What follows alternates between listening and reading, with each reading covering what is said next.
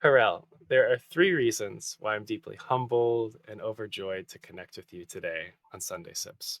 The first of which, progressing medtech innovation is one of the most honorable and deeply personal professions that anyone could ever imagine. And from Israel to Canada, you've progressed and commercialized global healing solutions at Protolix Biotherapeutics, 3M, Fraga Bio, Baxter International, and Fresenius Medical Care. Now, Fresenius marked the start of our connection, as I've been a caretaker for my grandfather in law who's battling kidney failure via in home peritoneal dialysis. So, our home is filled with boxes of fluids from Fresenius to keep grandpa's blood out of toxic ranges and extend the quality of his life.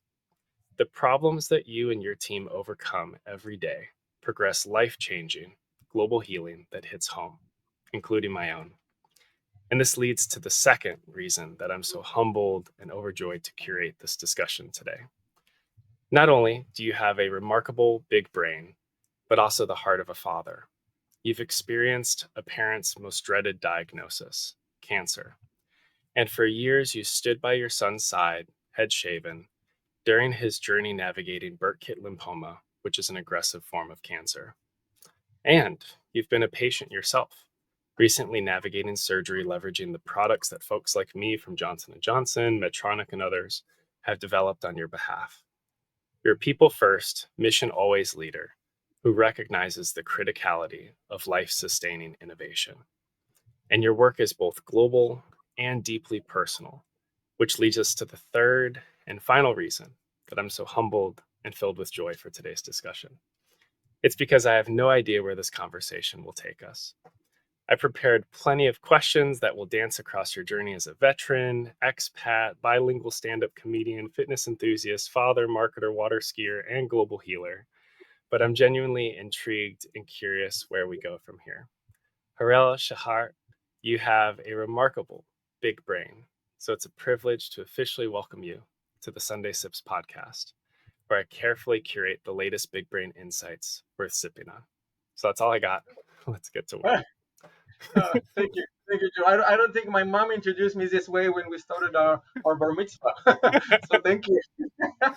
Absolutely. No, and I meant every word. Like just exploring your story, the connections we've had through a couple calls and through content.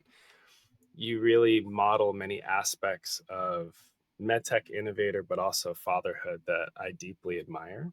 Hey, it's the pretentious engineer from way in the future, and I am so excited to share this remarkable conversation with you today.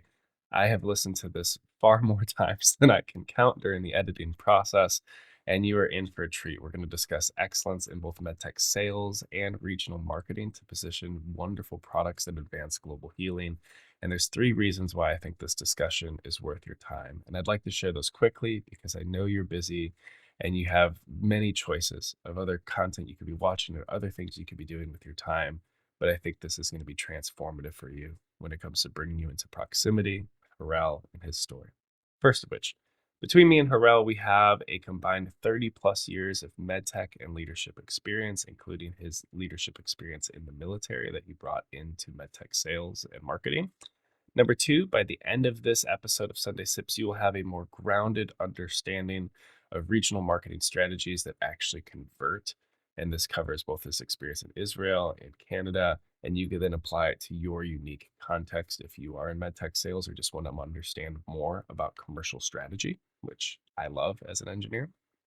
And then number three, and probably most importantly, this is a story of true resilience. We're going to cover his family's journey from Israel to Canada and all the unexpected challenges they navigated in that, which is similar to my journey navigating visa challenges in Japan following an exit from a decade-long career in surgical robotics at Johnson& Johnson. And then his journey covers multiple career pivots, some of which are unconventional. And you just see the story of a father who is providing for his family while bringing excellence in medtech commercial strategy. And then finally, a story of his fatherhood, navigating his son's unfortunate diagnosis with cancer and the journey they had together as he approached healing, which is beautiful. And at the end of this, we will navigate Harel's 5 big brain ideas, which are trickled throughout the conversation, and I summarize at the end of this. So make sure you stay till the end. Now, before we jump in, we do have a quick word from a few of our sponsors. So I'll let you get to that and keep changing the world. So, first of all, this episode of Sunday Sips is caffeinated by me. Now, I am a full time entrepreneur. I have been building my business for almost 2 years, and I put around 100 hours total into each episode of Sunday Sips across connecting with the speaker, pre production planning, shooting the episode, all the edits, and post edit campaigning. And the reason I do this is because it's a beautiful opportunity for me to curate these dialogues in MedTech and highlight these wonderful innovators that are healing from the margins. And it also connects people with my business and services. So I've put 100 hours into this for you. If you have 15 minutes, this next step would be incredibly helpful for me because I receive a lot of DMs from different folks, and I just can't actually navigate all those discussions from people. So the best way that I can organize all this is I have a wait list. Let me find my magic button. There we go. So I have a Big Brain Waitlist. This has a 10-minute video that goes through a bit of my story, a bit of my capabilities. And even if you aren't necessarily a perfect fit for these capabilities, you knowing them is a huge help to me because I'm probably 1 or 2 degrees of separation away from a lead that's transformative for my business that I could provide massive value to. So if you could take the time to pause this, keep it open in the tab on your phone, and go to this waitlist and watch this video, that would be massive for me. And then next step is you can click on any of these Big Brain Waitlist buttons, and they will take you to a series of 6 questions that helps me understand you better. This will also kick off an email sequence where I'll bring you through the last year of my entrepreneurial journey with 10 posts that'll help you take greater risks in your own journey to build the life you desire, living where you want, loving what you do, and being paid well for it. So I'd love if you can navigate this waitlist. And the second thing, which is kind of pressing or new, is I have the opportunity to do a keynote in Basel, Switzerland in March. And if you'd like to connect in person, this is the best way to connect with me right now. There's going to be incredible conversations around health tech, which is a combination of both pharma and medtech innovation. I love surgical robotics. I love the ideas of positioning localized pharmaceuticals via robotics into different spaces. So there's going to be some fun dialogue here. And if you go down to the speakers, there's an astronaut, there's Fauci, and if you click across a couple more, here comes my happy face right there. So I'll be there. Um, you can navigate this whole website just to learn more about the event and logistics if this is a good fit for you and members of your team. I do get affiliate commission if you decide to go, which is also helpful for my business. So please don't go to this ticket shop. There'll be a link in the bottom of this video. That's my affiliate link. It should say personal ticket shop from Joey Sasaki. And if you purchase your tickets there, I also get a commission, which is super cool. So anyway, that's all I have from me. And let's see what else we have from my main sponsors of today's episode. Hey, pretentious engineer here. I know you didn't ask, but this episode of Sunday Sips is caffeinated by Kinetic Vision. Throughout my decade-long career in surgical robotics, I've worked with many MedTech consultants, and without question, Kinetic Vision stands in a league of their own. They masterfully curate the art of science, accelerating innovation through advanced technology. Their capabilities, creativity, and candor have consistently made them my most trusted digital external innovation partner. We've collaborated across continents and time zones, tackling challenges and unconventional ideas and taking them from white paper to fully functional MVPs. Their contributions, from early concept generation to usability studies, test automations, digital twin creation, VR simulations, and beyond, have been pivotal in moving breakthrough ideas towards real world clinical use. My partnership with Kinetic Vision has been a decade in the making, and it's an honor to introduce you to their world class capabilities. If you're facing technical challenges beyond what you can do in house, I trust Kinetic Vision to help you find the path forward and empower you to innovate on behalf of global patients and the clinicians you serve. Finding the right partner to drive digital transformation within your organization and product pipeline is critical to the long-term success of a medtech business. So check out the link in the description below to take the Digital External Innovation Readiness Assessment, which includes a waitlist for experiencing a discovery session with Kinetic Vision. It'll take you less time than it takes to finish your coffee or tea, and it'll provide you with greater clarity on if kinetic vision is right for you. Anyways, you could sip on that, and let's get back to Sunday sips.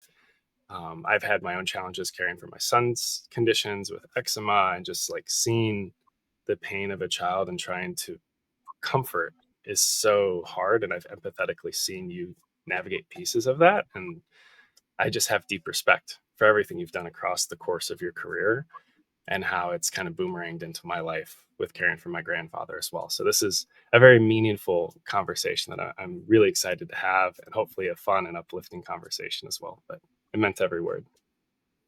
For sure. Thank you so much for having me, and I'm humbled really like to that our path crossed Yeah. in the last couple of months. You bring um, very positive and growth mindset to this industry with everything that you've been through. Let's say probably like 90% of the population would be just knocked down, Mhm. and you just like keep coming. So you continue what you do, and obviously you do it well. So thank you for everything you do for our community and for the world. Thank you. Absolutely. No, I appreciate it. And a quick note to our viewers who may be watching us, because we both have slightly different followings. I'll do everything I can to make the language of this discussion as inclusive as possible for folks who might not be deep in medtech or sales and marketing like yourself. And I'll also record a second sips deep dive of the conversation to break it down further with like a whiteboard to nerd out on it. So you could just speak at your level and kind of bring us into proximity with your whole journey. So to frame the conversation and to get started, a lot of people will ask like, what do you do and where do you work, which we'll get to that. But I like to start with who are you? So how would you describe the essence of who you are? That's we started deep. Don't worry, we'll get to the surface level. Well, the first that I'll bring forward is the values that I bring to the table, and this is integrity, accountability, collaboration, and agility. And this is like values that I demonstrated like since my time in Israel, military, moving to Canada, adjusting to a new culture, coming from a relatively, let's call it more aggressive, more expressive. Uh, like this is what I bring to the table. Who I am, I would say, driven by the positive impact that I make. Um, let's say my path was relatively already framed towards medical device. Like say when I was in high school, I studied biotechnology and I studied biology and chemistry, and I knew that the life sciences is like the topics that I'm intrigued about the most. After I discharged from military, started biotechnology engineering, was relatively similar to what I loved like in high school. Went to Johns Hopkins, studying research, then also started to, let's say, get to know my real personality, right? Like my persuasion skills, my public speaking skills, and I felt like it's wasted, like sitting on a bench. Mhm. This is where I said, all right, where could I find the overlap between my passion to life sciences and medical device to my personality that probably will resist sitting on the bench. And this is where medical device sales came into play. I joined 3M, and the rest is history. And ever since, I was either the product manager, marketing manager, sales, let's say throughout the commercialization spectrum of either life sciences or medical device products. I was there hands on. And actually, like being now a marketeer, really, it really helps all the experiences I had because I really understand what sales are looking for and I really know what regulatory and quality are looking for. So it's easier to become the bridge connecting between the different cross functional teams to a one shared mission.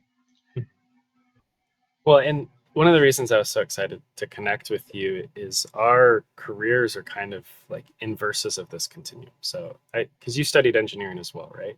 But you went straight into Biotechnology engineering, probably your biotechnology. engineering would be much more sophisticated. Different. So, like, I went. straight from mechanical engineering into design engineering and working on products. And then I did that for 8 years, moved into a global leadership opportunity in Japan. And that was more a global strategic marketing engineering hybrid role where we're trying to find the unmet needs, bring them into upstream R&D. And that required really deep proximity with our Japanese sales organization, which was incredible for me to see how these top tier sales reps are actually in the field day in, day out, connecting with clinicians, understanding their needs, trying to position the right products, work against the competition, the persuasion, all the things you discussed, which I then brought that into entrepreneurship. And I love that you are kind of working that whole continuum back, because when I've kind of looked over the course of your career, I see you doing this commercial selling side of things, moving into the marketing and increasing sales, but moving even more upstream. Like you keep working more into how do you bridge the needs with the innovation teams. So like how have you danced across that continuum over the course of your career? Because you started it in 3M, you said, selling, and maybe what was that experience like for you, and what led you eventually into going from sales to marketing? Because that's a lot of the career progression my Japanese colleagues would navigate. They go from sales to regional marketing in Japan, and then some of them, if they're top performers, would then jump into global R&D marketing to try to drive product innovation, to be responsive of what they saw in the field. That's a good question, and I would say like most of my career progression was circumstantial. Uh-huh. So and it is. Let's say when I started at 3M, and actually it was probably a few months after I was declined to the Israeli Mossad. Like I was working at Protalix Biotherapeutics, Mm-hmm. let's say doing a quality control uh, position and functions, and then in while I was working at Protalix, I got the opportunity to apply to the Israeli Mossad. It was like a really long process that by the end of it, they decided to continue with someone else, rightfully so. Like, but let's say on my personal side, let's say I did get to the final stage a year after recovering from this, let's call it cautiously PTSD. Mm-hmm. Like I understand I was not a good fit. Yeah. They did the right decision, but Mm-hmm. then I moved to 3M when I was trying to transition myself from being like in research or quality from the bench towards Oh, okay. more. So you went bench into commercial and then started to swing. Yes, so like my transition was from quality to sales. Oh, Yeah. And wow. let's be honest, let's say probably I was born as a sales rep. So like even after I discharged from the military, I went to the US. I worked in the malls, all those Israelis that ask you to buy those like Dead Sea products and the nail buffer stuff. So that's done it for 9 months. You want, let's say different type of sale, let's Mm-hmm. say compared to med device. But I've always had, let's say, the persuasion skills, the ability to grab attention, to get engagement, and to persuade them in a way that I was interested in them to move into. Then I moved to 3M. I had the best time working, launching products for infection prevention. I was like part of OR settings for 2 years. I had amazing teams that taught me everything I needed. And 2 years into the role, my wife and I made a decision to move to Canada. We moved here without any work permits. Actually, we came as tourists, and Awesome. we were counting on my wife to get a student visa. And if she got a student visa, then I'll get an open work permit. And if I get an open work permit, then I can work after a year or 2 years. Back then, like there were like different rules, but we could have applied for a permanent residency. So we moved with my 9 months old child, and 10 days into our transition, we got the second rejection from Canada for my wife's student visa. And this is where basically we were stuck in a foreign country with no paperwork, no permits to work. This is where I started to leverage my network, found Froga Bio owner. Ironically, started his own company because he couldn't find job in Canada because they always require the Canadian experience. let's say, with a combination of my abilities and their empathy. We found a common ground. How I could be hired by them. I started as a sales rep, sold life laboratory equipment as a distributor. Within a year, promoted to be a product manager. This is where I started to really understand, let's say, big picture, how strategy works, how you look on the market from a national scope. Uh, and then 2 years after, and they always knew that I'm like medical device is my passion. And my agreement back then with Froga Bio was that as soon as I get my permanent residency, I'm going to pursue an opportunity in the medical device industry if they didn't have anything similar to that by then. 2016 came, they didn't have it. I got my PR, started working on opportunities in MedTech, and this is where I was privileged to get the opportunity at Baxter Yeah. as a marketing manager. And this is where I really like stepped into the Canadian culture, the Canadian medical device space. Done it for 6 years, moved to Fresenius, leading a team of marketing and product managers.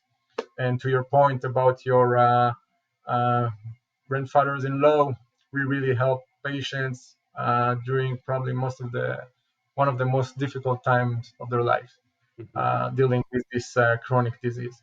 So this That's is cool. basically my professional journey in the last 13 years. Oh my gosh, you're so fast. I have so many lingering questions about what decision points. So one of the things we navigated, because for some folks who haven't seen like my story, we did 12 moves in 1 year to get to Japan, but that was all under the umbrella of Johnson and Johnson. So we had full organizational support. You and your wife took a jump with a baby to Canada, kind of on hope and a plan. Seems like you had a mix of the student visa not working out. Like, how did you network to actually find sponsorship? Because so many students and employees get stuck in those situations, and they have to return back to wherever their homeland was. But you found connection through connection through connection. Like, how did you leverage maybe the tenacity of sales that you were used to find a deal that would work to actually keep you in country? And um, I guess what techniques did you leverage? What process did you and your wife navigate in those discussions? Because there's probably some really scary, unsettling days as you couldn't legally get cash flow in a foreign country with a newborn. Had to be really terrifying, even as you smile through it. I know looking back, it worked out right. Firstly, yeah, it did work out. I would also say that it was not like more my persuasion skills, but just Yeah. an opportunity with empathy Hmm. that came from Froga Bio. And again, like Froga Bio's owner was Israeli. Actually, we had like a couple of mutual friends in Israel. Um, and to add to that, I was well familiar with the immigration system in Canada. Like when I moved here, it Okay. came like with a hope, but when this hope shattered, then let's say I understood what is like the best alternative to go with, what I need to do to get it, and this is also what I I managed to explain Froga Bio. Like I told them, like, I will do like everything immigration related. Like you'll just need to sign the papers. We did agree on, let's say, my terms of the employment, knowing that I have very little to bargain, Yeah. right? But I needed a job. And also, while I was working at Froga Bio, I was also a security officer and a profiler at Elad Israeli Airlines. Okay. Like I also needed like OHIP for my wife and for my son. So I was like juggling two jobs um, with uncertainty. Important to note that my in-laws back in the days were living in Canada, so we Uh-huh. were under their roof, and we knew that we have some financial back. So they helped us tremendously, like in the first 2 years, and Wow. they still do, and they still do. But I can tell you that when my wife got the second rejection for a student visa, that was a big knockdown Yeah, that's a for heavy us. hit, right? Yeah, it was a heavy hit. But I can tell you, like the day after, I was just like waking up in the morning, like opening my LinkedIn, opening like starting reaching out to everybody I know in Israel and Canada that can help me. And Mhm. and luckily within a month, like we made it happen. Oh my gosh, that's so beautiful. I love the tenacity and just the way you had to adapt across all of those spaces because it's very vulnerable being in a foreign country without visa stability. When I left J&J to continue entrepreneurship, I had no visa coverage. Like we had a 6 month like gray area where Johnson & Johnson tells the Japanese government, we're not employing him. He's here in country, something. And I had different pathways of do we get a job? Do we go and build a business? Do we find some other pathway through like a volunteer organization to cover our legal status? And it's really destabilizing when you're paying for us we were paying rent so we like got our own apartment like so you're paying rent in a place you don't know how long you could legally be in before something happens with your children. So I'm really glad you were able to make that work. So that was 12 years ago. You said 2016 was the big jump. Well, no, we moved here in October 2014, but we got the 2014. permanent Yeah. residency like October 2016. So it was a 2 years of an uncertainty. Hmm. And actually, I remember like we got to a point that I told my wife like we are not currently in a path for a permanent residency. And it's not that we had like bad life in Israel. Actually, just before we left Israel, I got an offer for it like in J&J, Oh, really? right? Yeah. And then like I remember I got the offer, and then my wife came up with the suggestion like if I want to move to Canada, and I told her, listen, like I know like if I'm gonna sign with J&J, probably I'm gonna stay here for like another 3 years, and let's say it might be already too late to move like to a new Yeah. country. So like we need to make a decision whether I take the J&J one, or like we're going all in for Yeah. Canada. And she wanted to be like closer to her parents, and I said all right. So like eventually I declined the offer and moved forward. But when there was a point in Canada that I told my wife, listen, like we came here like to have better life. Obviously this is not the realities that we're experiencing. So let's say if by this date, and I don't remember exactly what the date was, but I said like if by this date we didn't submit for a permanent residency status, or we don't see even a horizon, we go back home.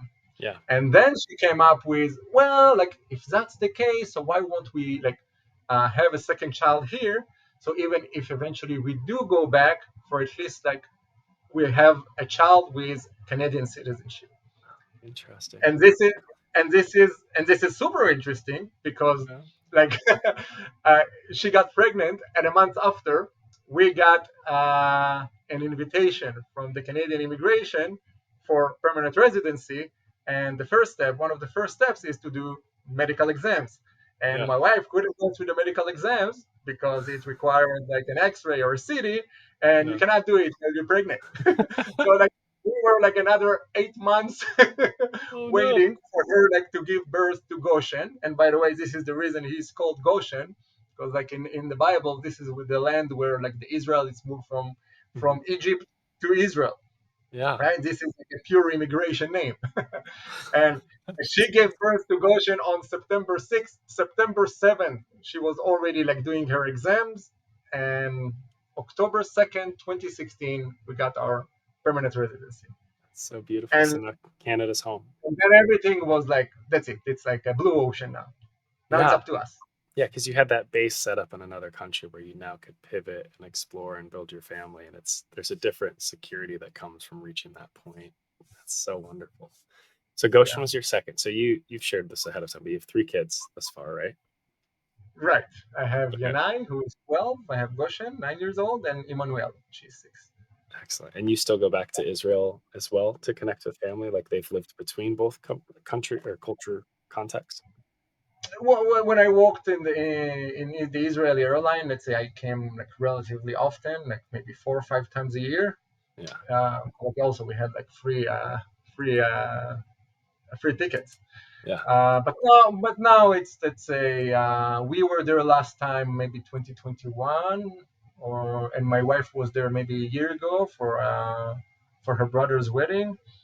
But we don't really go as often. That's also in the last 2 years, things are relatively unstable there. hmm, So from both, let's say, our children's sake and safety sake, we rather them stay home for now. Yeah, in Canada. that makes sense for the season.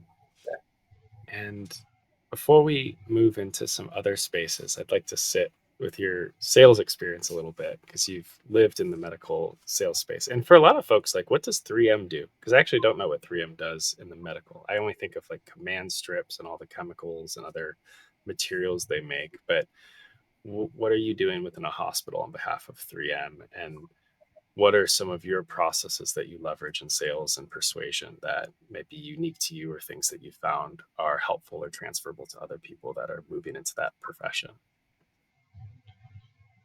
Let's start with 3M as a company. So, like 3M in general, their specialty is adhesives, Mhm. right? And then like it's either go towards commercial or towards the medical space. Now, in the last couple of years, they also did like a healthcare spin-off.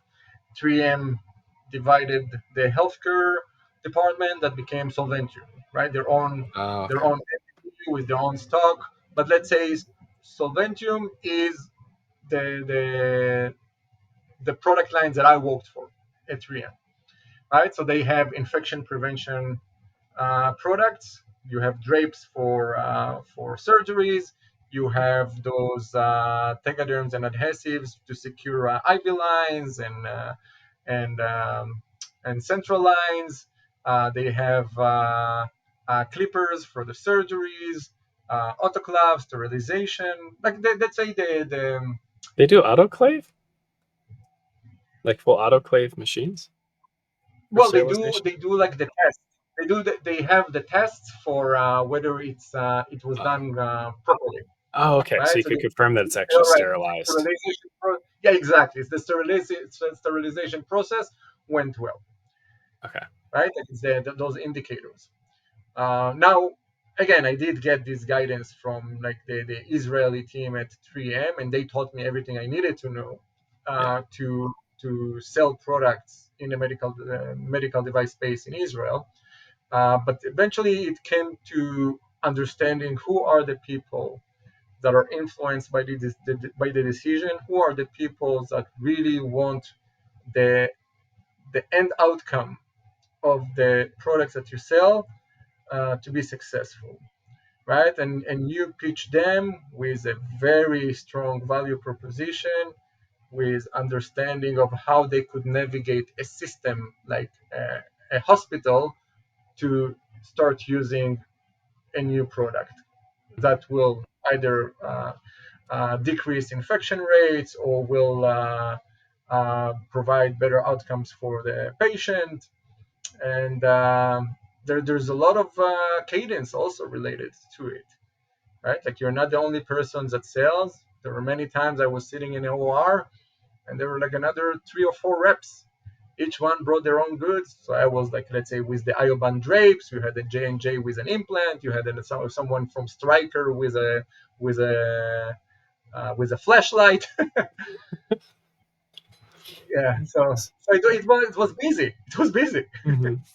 Well, because you're all trying to get attention with the clinician or the surgeons who are ideally the decision makers for how they're going to serve their patients. But then you also have other stakeholders in the hospital that are in charge of buying and planning and larger contracts. So how do you, I guess, navigate that tension on how you're creating an advocate for a product who might not actually be the final decision maker on whether or not the hospital is supporting applying that technology or integrating that technology offering?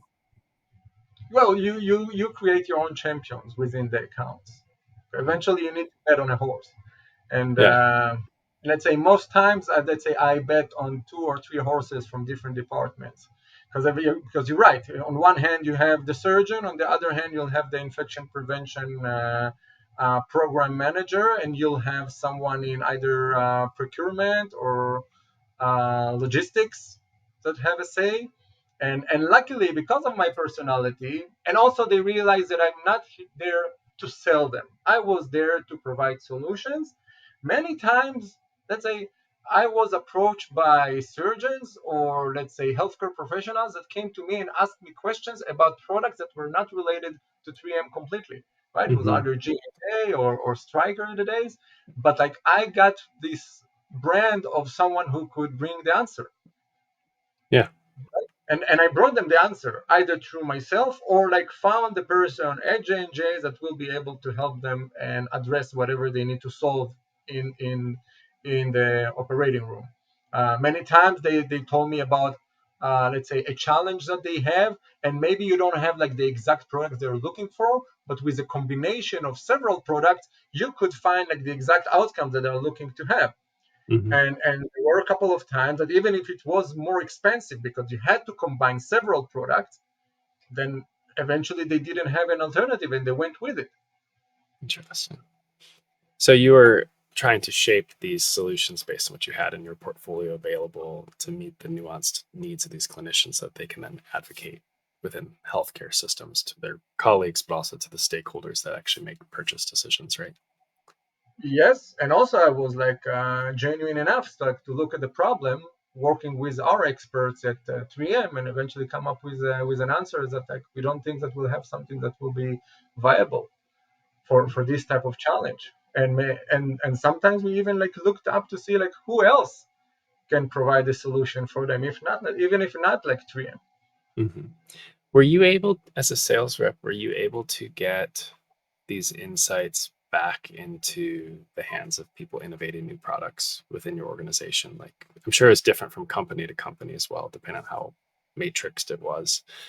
But how are you capturing everything you were learning and relaying it back so that innovation can be responsive to what you were seeing in the field? That's a good question, and I would say like at 3M, I didn't have this option for several reasons. Firstly, when it comes back to from my role perspective, we didn't have I didn't have exposure or visibility to whatever happens like Hmm. in the in the, in the higher hierarchy, but also like on the like larger picture. One. Secondly, I think that even those who did have this visibility, because like Israel is such a small country, let's say it will be very difficult to compel someone to start to have, let's say, a design change to address, let's say, an attainable market of maybe, let's say, I don't know, 300, 400,000 people, Hmm. right? Like it's not compelling compared to, let's say, if you're in Canada now and now you have 40 million in population and you have 23,000 patients that generate, let's say, around 40 to $50,000 a year per therapy. Now you have a business case, Yeah. right? And eventually, let's say, someone who worked in R&D and designed those changes, like sometimes even if you have the unmet need, this unmet need also should meet the unmet need of the company. And usually this unmet need is either through like a strategic footprint, revenues, profitability, etc. Like there's those like strategic companies looking for the business aspect of things. So like in Canada, like you have more opportunities to bring those suggestions forward. You have sometimes, let's say, if you had a compelling business case to start working with R&D to let them know what's the outcomes that we are looking to see. Let's say this is what the customer is looking for, and then also to find, let's say, because the customer will tell you what they want. Now, what they want eventually lead to an outcome. But as Henry Ford said, if I asked the people what they wanted, they would tell me, I want faster horses. Yeah. So like you need to understand, let's say, what is mm, achievable and realistic to invest in such a product, and changing a line. This is not like an easy task that will accommodate the outcomes that our customers are interested in, and probably they will work with other countries in the world to see whether this unmet need exists there as well. And then the scope of solution becomes larger. Yeah. But for sure, that's probably like the most interesting tasks that you do as a marketing manager. Mhm. So have you in I have so many thoughts around this space, but I'll hold them for my second sip. So have you so you progress from sales into marketing and market managing. Like how is that transition for you? And what is the distinction between both those roles? Because you're still working in the spaces of persuasion to help people come into an understanding of a service or a solution that can improve patient outcome. Well, what is the nuance between those two roles and why if you tended more towards marketing on the back end of your career? I would say that as a sales rep, you are focusing on selling the product to the customer, and let's say to our point before, to like a multi-stakeholder environment. But when you're in marketing, let's say most times I'm not the one that meet the customer. Like the territory managers and the sales reps will meet the customer.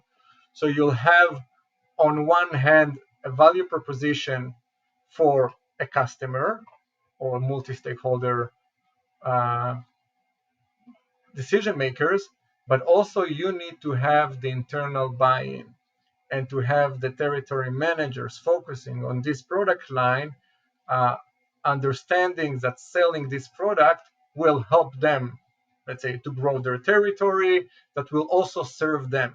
But eventually, also as sales reps, let's say they are commission based, Hmm. and you want to show them that like if you walk through the segmentations that we were working on, and this is the attainable market that we have, like a very high likelihood that these customers will, like this value proposition will resonate with these customers, then uh,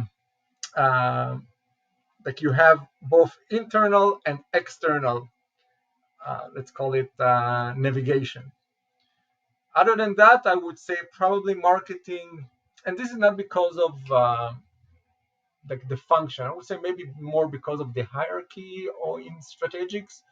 Um, I would say like marketing has more visibility to, let's say, a mid-term, long-term market view. Many times we will be focusing on the brand creation and and and positioning, while sales, and I can also understand sales, like they're looking for like the next quarter, right? Like how could I boost my sales like in the next quarter? Well, while I'm thinking already on 2027, 2028, right? Like for me, 2020, 2025 is already done, Hmm. right? Like they're working on the next quarter, I'm working on the next couple of years. Yeah. So it's a more like long-term view of the market.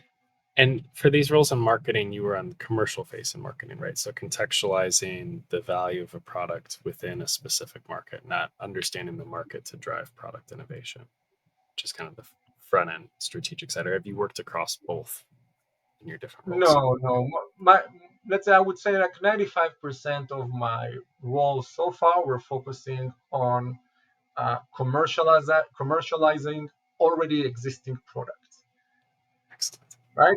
And then you have like say presentations, you have the advisory boards, like you have like say many tactics that you could deploy, like say to position a product. But my visibility to um, upstream marketing was relatively limited at this Okay. point. So So you were far. more on the go to market strategies for product commercializations. Okay. No, it's super Yeah. helpful context. Um, so there's so many different ways to do marketing, whether you're going to congresses, whether you're writing different stories, defending claims. Like, where have you found the highest leverage on activities within marketing to actually start to steer markets towards adoption of a technology? What works? And it could be different from technology in person, but where have you seen the most success? Well, Socials, ads. let's say distinguish between, let's say, the channels and tactics Yeah, yeah. versus the strategy itself, Hmm. right? And let's say from a big picture strategy perspective, let's say if you launch a new product, you would like to start gaining share, right? This will be the strategy, and it will be either through gaining share from competitive, creating a category of your own, and even cannibalize your own product. And then it goes efficient versus effective, right? So like those Google ads and those email campaigns and stuff, they're efficient. Effective, not really sure. You know what the difference between Yeah, efficient yeah. and effective, right? Hmm. Yep. Yeah. So efficient is like paying on your first date with a Groupon. Is very efficient, but it's not really effective. So on my end, I found that say the most effective tactics in gaining traction is using a key opinion leader that influences their environment, have few of his peers together in a room when he presents your product after he had experience with it, right? So like you have someone that, let's call it not an innovator. Let's say few are innovators in Canada, healthcare professionals, and there are few, but like let's call him the early adopter, Yeah. right? So like they want to affiliate themselves as an early adopter. They do want to gain experience with a new technology that supposed to serve his purpose as well, not only as a person but also as a clinician who wants to drive like better either clinical outcomes or safety or whatever values that he cherish. You give them the opportunity to experience it either through uh, either through a study or through even like a non-registered pilot, and have them convinced. Mhm. And once they see the results that they were hoping for, they will jump on the opportunity to present it to their peers, right? Hey, pretentious engineer here. I know you didn't ask, but this week's episode of Sunday Sips is caffeinated by How to Start Up in MedTech, which is curated by the remarkable Steve Bell. Steve Bell has had his hands over tons of MedTech innovation over the last 30 plus years, including being the chief commercial officer of CMR Surgical, which is Europe's largest surgical robotics unicorn. If you're not aware of this company, they have progressed an incredible robotic surgical system called Versius. I had the opportunity to drive this system just a couple days ago in Chicago at the ACS Surgical Congress, and it is a remarkable, beautiful piece of technology to improve patient outcome. It has an incredibly low OR footprint, and you could just see the touches of his craftsmanship on this platform over the years. So, really excited to bring you into proximity with Steve. He's a returning guest on the podcast. So, here's an episode I did with him as well. But what I want to share with you is he has a course called How to Start Up in MedTech. And I took the course, it's 100 modules, and I actually recorded a video testimonial if you want to check out how it's changed my life. I recorded this in my Honda Odyssey, where I consumed most of this course. But if we just pop in for a minute, I'll show you one module and I'll share a special deal that Steve's extended to members of my community. So, first of all, if we hop right in, or sorry, how to build and run a startup in MedTech is what the course is called. And he's broken it down into multiple phases. If I scroll down a little bit, you have the early stages, Series A, Series B, Series C, and then all of these contain both video modules, but also like templates you can leverage, like PDF documents. So, one that I really enjoyed was called Greed and Fear, which we'll watch. But before we jump into this, I just want to let you know that there is a promo code. So, if you decide to purchase this course and check it out and really immerse under his teaching and insight, if you use the promo code Big Brain 30, all capital letters, BIGBRAIN 30, all one word, you'll get 30% off of this course, which is an incredible deal. It's incredibly generous from Steve to both curate this for us, but also for you to be able to get it at that price. So I'd highly recommend it. I'll show you the first minute of this module that I love about what motivates large strategics to actually look at a potential acquisition, and then we'll hop right back into the Sunday Sips episode. So here you go. Enjoy.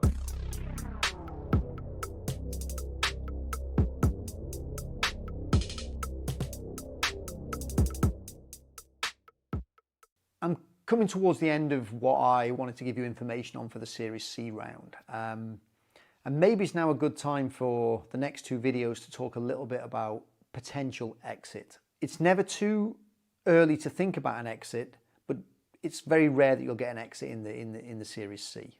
But it can happen, but it's since 2008 that's become very, very rare. But what I want to talk about as we think towards strategics who may well be interested in you as a company is what are their motivators for why would they be interested in you? I mean, they've already got multi-billion-dollar businesses. Why do they care about you?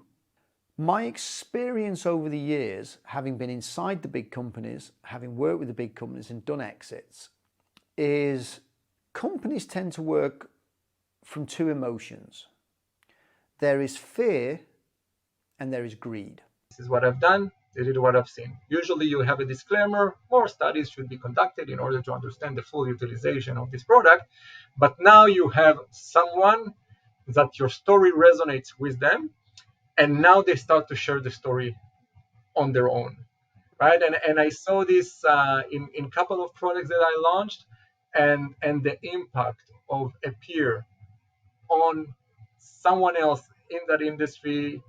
Like there's nothing that a sales rep or a marketer could say to someone that will be more effective than someone else at the same positions that they are, and recommend them to go with it.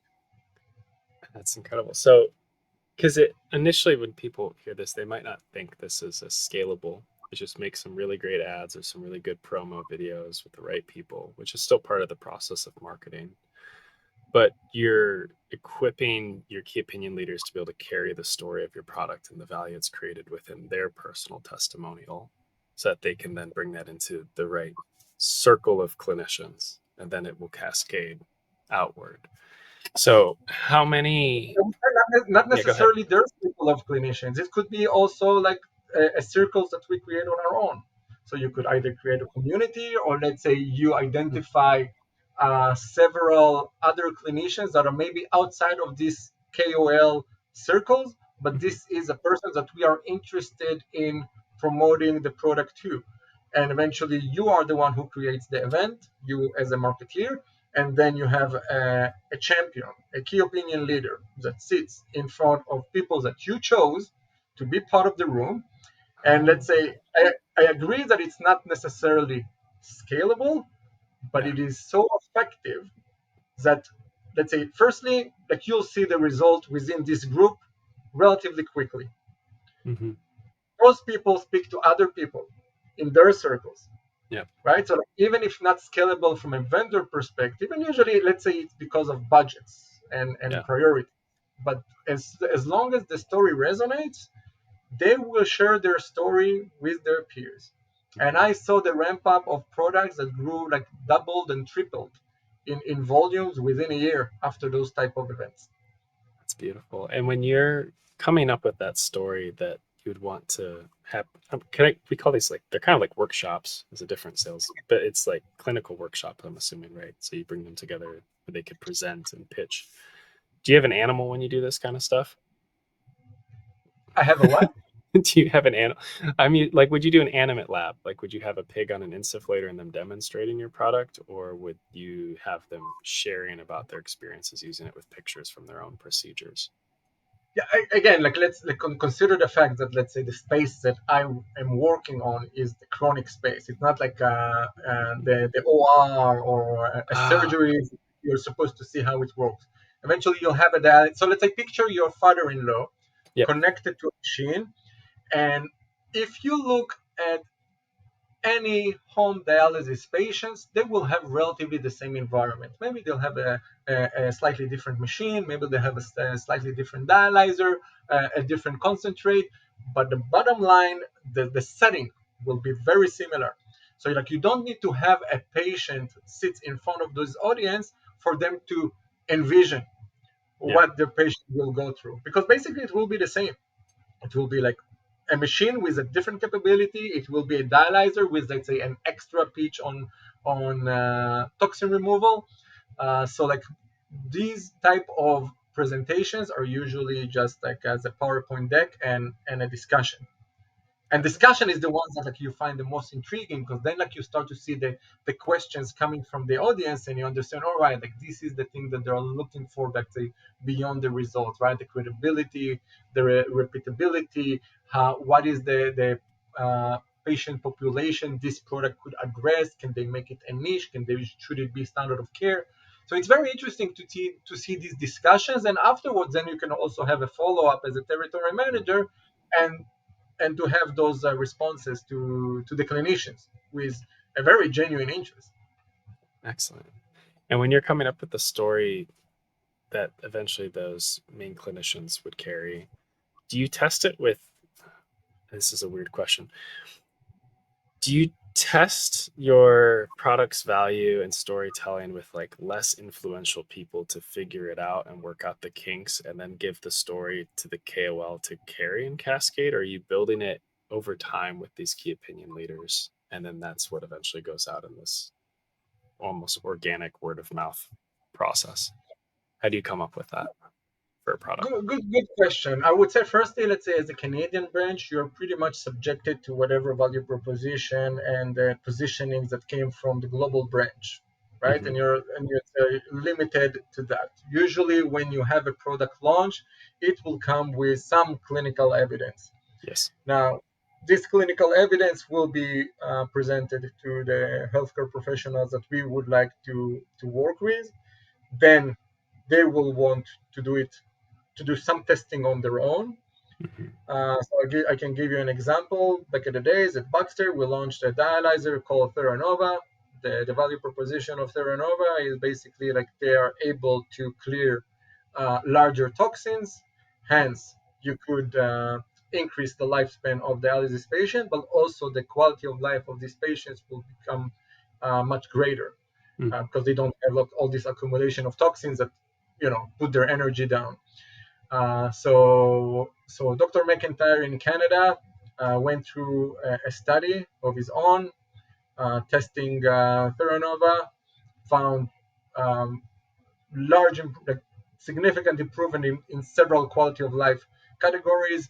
Himself, he created measuring tool for quality of life. Right, it was back then they had like the kidney. I forgot the name of it, but let's say you have like a 36 questions that after a patient respond to those, then you could establish the baseline of the quality of life of this patient. The challenge usually when they have these tests, you do it before and after. If this is a 6-month study, let's say your base really shifts as you start to feel better. So Dr. McIntyre had like a short questionnaire. I think it was like 5 or 6 questions where patients did it online before therapy and after therapy, every therapy, right? So it was like super short.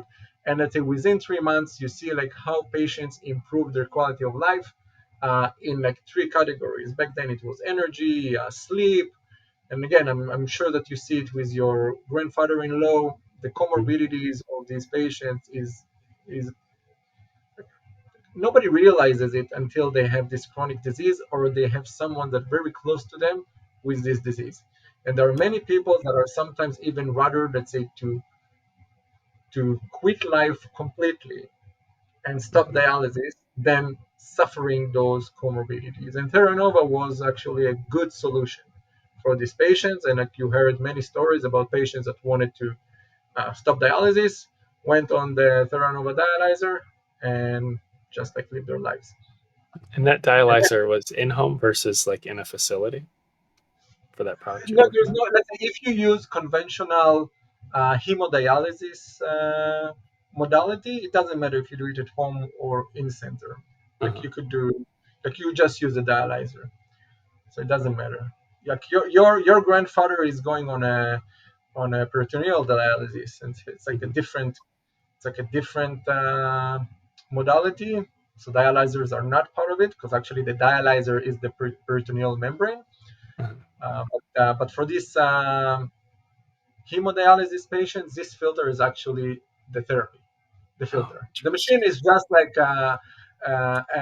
let's call it a pump that Hmm. pushes blood towards this filter. Yeah. But the filter is the therapy. Excellent. And maybe for folks who aren't aware with dialysis, because we haven't really talked about kidney failure. So my grandfather's at 7% kidney function, or at least that's where he was before he got his port put in to be able to do peritoneal dialysis.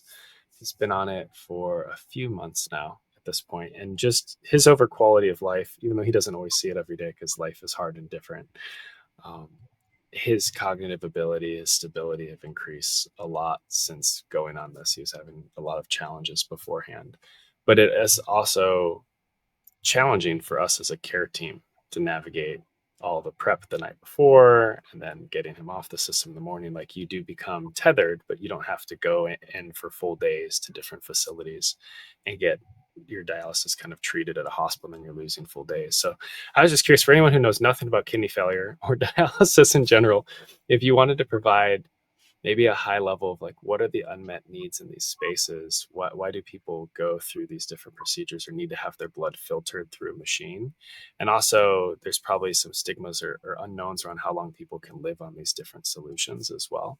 So if you have any knowledge to share, in that area, that would be helpful. That you're allowed to share legally, of course, just because you know the end to end a bit more than I am. I've been learning into it for the last 11 months, but I actually didn't formally go through the training. So I do a lot of the care around the system, and then my wife's formally trained on it, which has been fun. Yeah. Well, again, firstly, I really feel for your grandfather-in-law. Mhm. This is a disease that firstly like grows, secondly, relatively mm, like transparent, right? Mhm. Like it's not as sexy as cancer, Yes. dialysis failure, or a kidney failure. Sorry, but for those who are not familiar, eventually dialysis patients are patients that lost kidney function altogether. When it comes to the kidney, its functions is to clear blood from toxins. They have regulations of hormones, and they have fluid, like the function of balancing fluid. Now, if you don't have your kidneys to do it for you, then you start to accumulate like fluid. You have toxins that are in your blood that have comorbidities on their own, and let's say if you got to a point where these like toxins are substantially higher than they should, then you could also die. Mhm. And this is where dialysis comes in. And I remember Dr. Ronco. Dr. Ronco is like the father of dialysis, Mhm. coming from Italy. And I watched one of his presentation at ASN, and he tells about his experience with dialysis. And he says the person who invented dialysis came to his wife and said, like, do you think uh, a blood is something that could be washed? And then she told him, well, in my experience, everything could be washed. Right? And then they started with this planning those filters and how to move blood from A to B through the filter. And we got to a point that technology really allows these people to live their lives to their fullest within limitations, and there are Mhm. limitations, right? So like your grandfather-in-law have to go through, if he's on PD, probably does it like either one or two exchanges a day and one exchange at night. If you have someone that goes to hospital dialysis, then 3 or 4 days they will dedicate for being at the hospital for between 4 to 5 hours. um, this is, let's say, half of your life goes toward therapy, and the other half of your life goes towards like recovery from the therapy, right? Because like even after therapy, you don't. It's not that they you go through dialysis and you feel better. You go Mhm. through dialysis and you feel worse, right? And Mhm. it takes like 12 hours until you recover, and then like 12 hours after you again going to the hospital. So it is challenging. Mhm. Yeah, and for the PD dialysis, they're pumping fluid into his abdominal cavity, and it's just exchanging through all the membranes in his organs to clean the blood and then pulling it out. Is that correct? Is that the normal Yes, process? right. So like you will. There's no IV or things for people that don't understand it. Like we're not pulling blood out and putting it back in like you were doing any kind of Right. blood. So what I was referring to was hemodialysis. This is Okay. where you use the patient's blood, and you uh, transfer the blood through the filter, where the filter takes like the toxins out of this blood and take them out, Mhm. right? And like they have a limitation of how much a dialyzer could take, like in a circle, and they have like those like 4 hours of treatment where blood circulates in the system to clear as much as toxins as you could. When you look at PD therapy, this is where it depends on the prescription. Then, like you would, to your point, put fluid into their um, into their tummy, and then the peritoneal dialysis, the peritoneum, which is the membrane, uh, Mhm. which is a natural membrane that sits in your body, that's where the toxins will go out, and Mhm. eventually will go out to the system of the PD cyclers.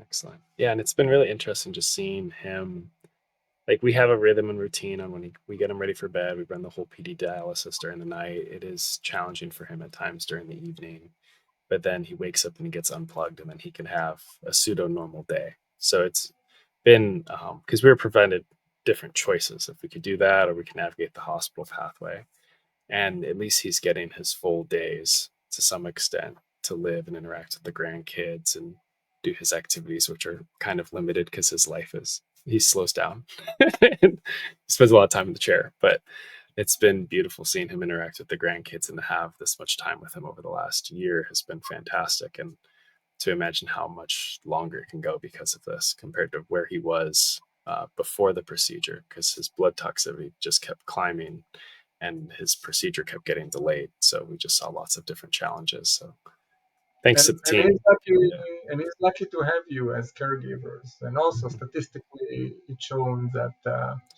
home patients who have either spouse or caregivers will last longer in a home setting compared to someone who's supposed to do it on their own. Mm-hmm. Yeah, I Right? don't know how he could do it alone. This support. You need this support. Yeah, no, it's massive. Um, so I don't know where to take the dialogue next. I've been trying to think of what the next question is. Um, Perhaps if you want to go a little bit into kind of your story with your son or in your own care journey. It's been humbling for me to do this on behalf of my grandfather-in-law. Nobody ever expects to hear news like you've heard, and how your whole life rearranges around the needs of your children in moments like that. But whatever you feel open to sharing, I don't know even what questions to ask in those spaces other than to provide some space. But I'd love for folks to be able to journey with you for a bit. Of course, happy to share. And let's say I don't see, let's say, my hernia repair as a journey, right? Like I Oh, yeah, went for that's a true. long suddenly I had a bump. I went to a Mackenzie hospital, and within a couple of days I was operated. Actually, like before, I think I told you. Uh-huh. Let's say when they took me with the OR bed, I was just like looking around to see like which vendor did the way to the hospital, and ooh, Striker, ooh, Medtronic, right? And I'm more like collecting intel than like thinking about my surgery. But with my son, it was slightly more interesting story, and it started like actually in December 2022 when he started to have tummy aches, and he was eating.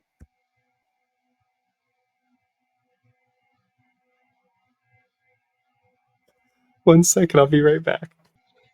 So with my son, it was like an interesting journey because like it started again in December 2022 when he started to have some tummy aches, and back then he didn't eat healthy much, like mostly cereal, milk. And we said maybe it's something related to his nutrition.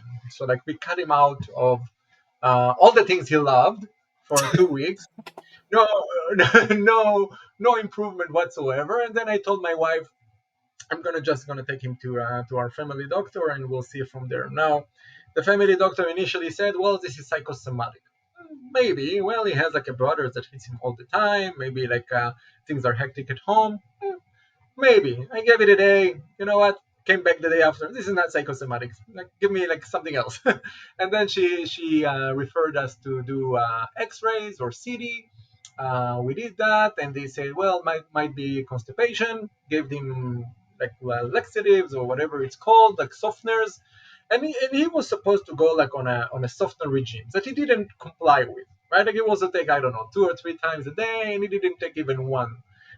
Let's say most of the week, and like he kept having those uh, tummy aches. So initially it was when he ate and after he runs, and like for periods of, let's say, maybe few minutes, and then like it relieved. But as we progressed like through the, let's say, coming into, let's say, March, he started to have this pain like every 10-15 minutes for like 5-10 minutes, and and we were sure that this is constipation, and nothing, like we did blood works, nothing showed something else. And then I remember it was April. I was playing basketball like at night. I get a text from my wife saying like Goshen doesn't feel well, he's crying like till now, I think we need to take him to the hospital.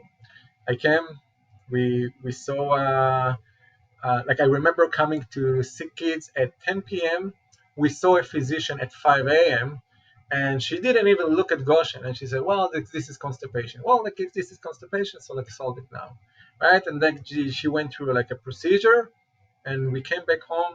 He felt the exact same way, and my wife said, "You know what? I'm just gonna take him to another hospital, and I'm gonna say that I'm not leaving until like they do ultrasound." She took him to Mackenzie, and also like she was relatively dismissed like throughout the entire session until they saw the results of the CT, and then suddenly they said, "All right, like you need to sit down, have your husband to bring the car because your son gonna go through a surgery today." Right? Like it turned out like that in the ultrasound they found out all his intestines were stuck together. Right? So we went to Sick Kids.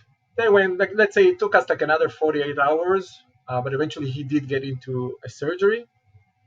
And then like before the surgery, the surgeon told us like I need also to take like a sample to pathology because we saw a tumor and we need to saw whether it's cancer.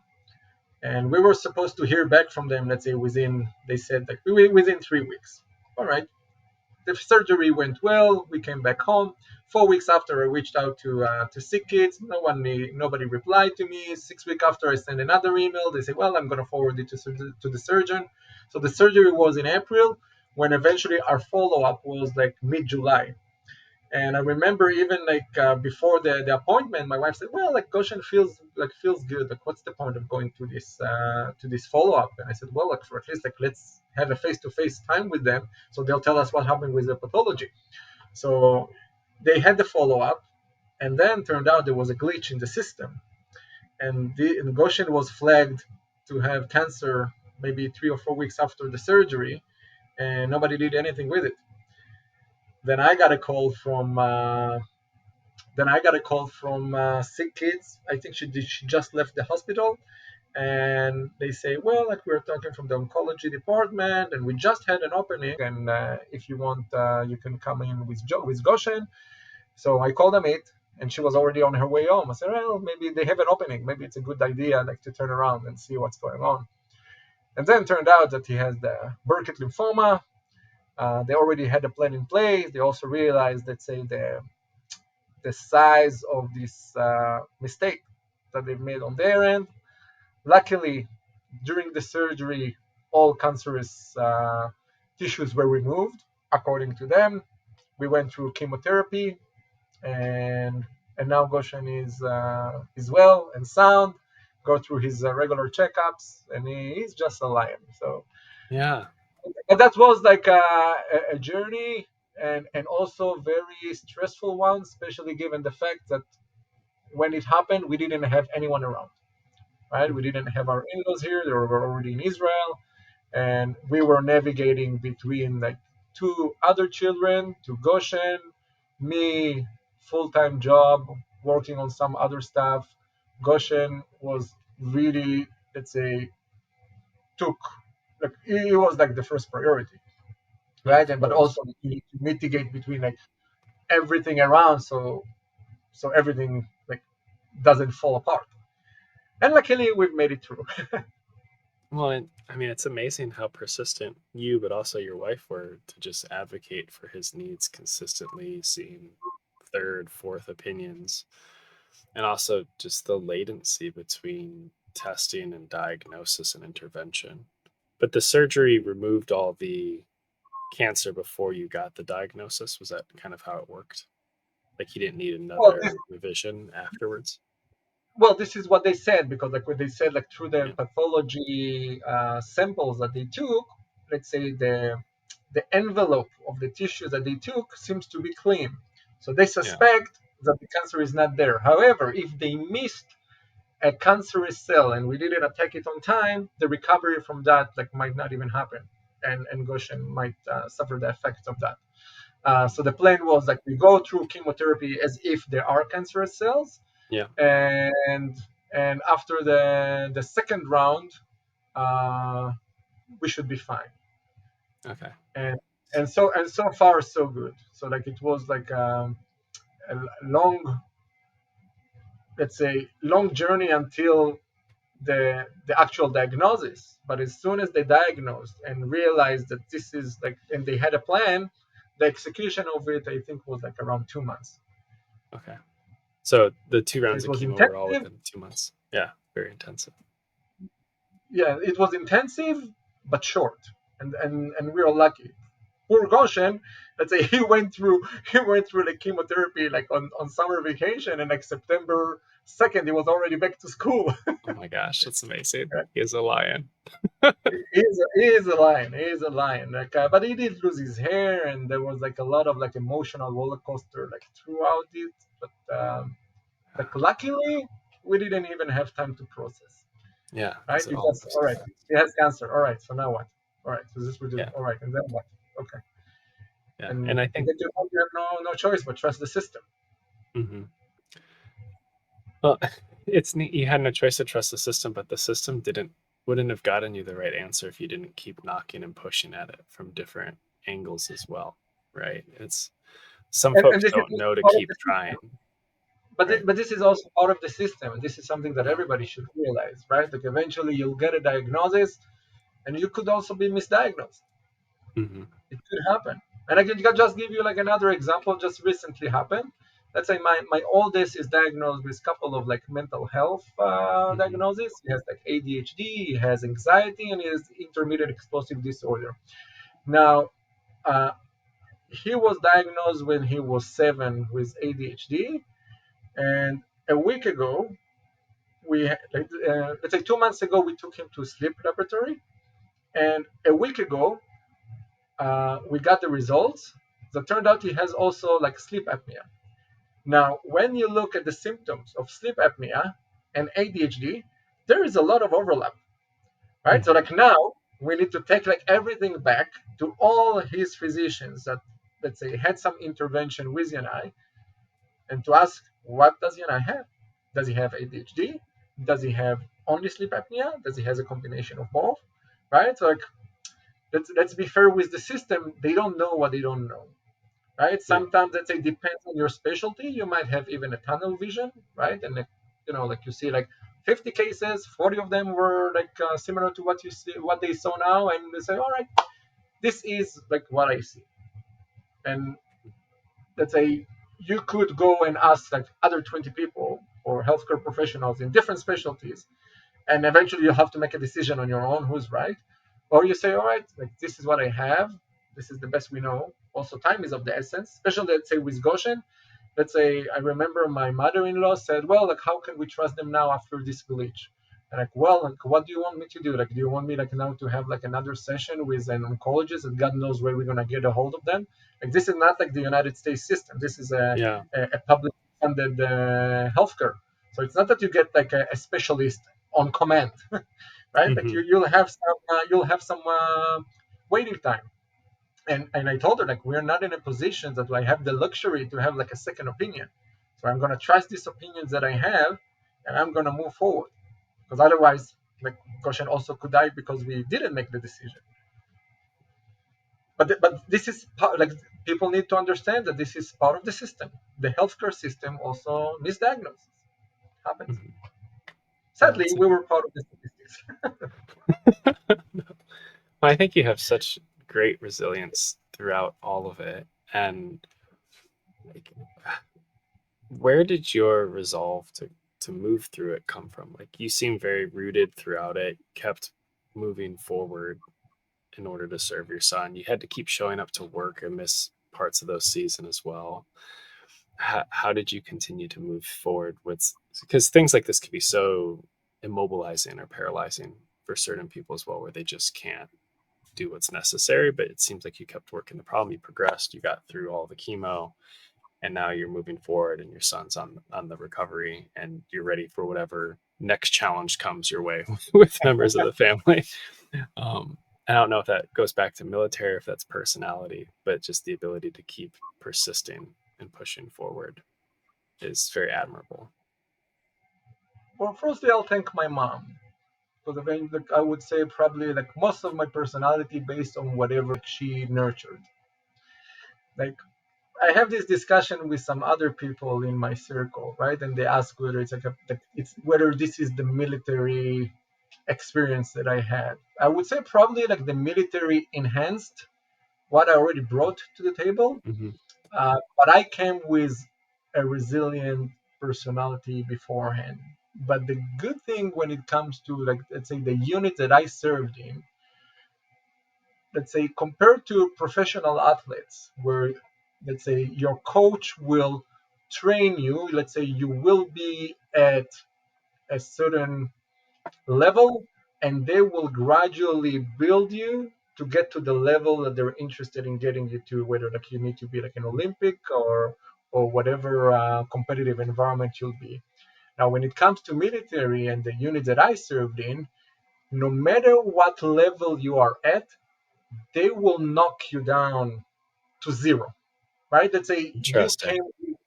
you would come like with the best shape you've been in your life, and there will be other people that will be maybe, let's say, not as advanced physically.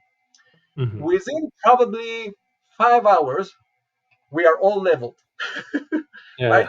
Now you're ground zero, and now start like bringing what you got. This is, let's say, like I've been to like 20 months of training, and then after I was trained, I went to like a, let's say, the combat unit. But these 20 months of training get you to realities that probably very few in Canada will be able to understand. So sometimes, like you go through an interview process and they say, how do you handle competitive priorities, or how do you handle pressure, right? And like, it's, like, these 3 years shape you in a ways that nobody will be able to break you. Mhm. Like, you are ready to face whatever comes your way. And you get to a point from being, let's say, either, uh, even if you're a little emotional, you don't have even the luxury to go through this processing. You're just, all right, this is reality. What do I do now? And you move forward. It's beautiful.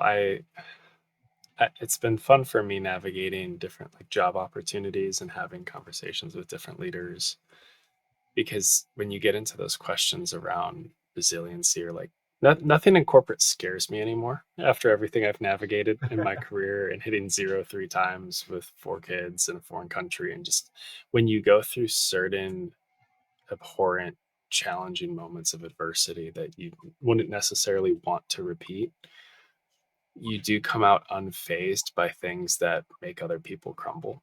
It's really weird. So, I mean, you might have gotten it from the military journeys you've had, caring for your son in those moments as well.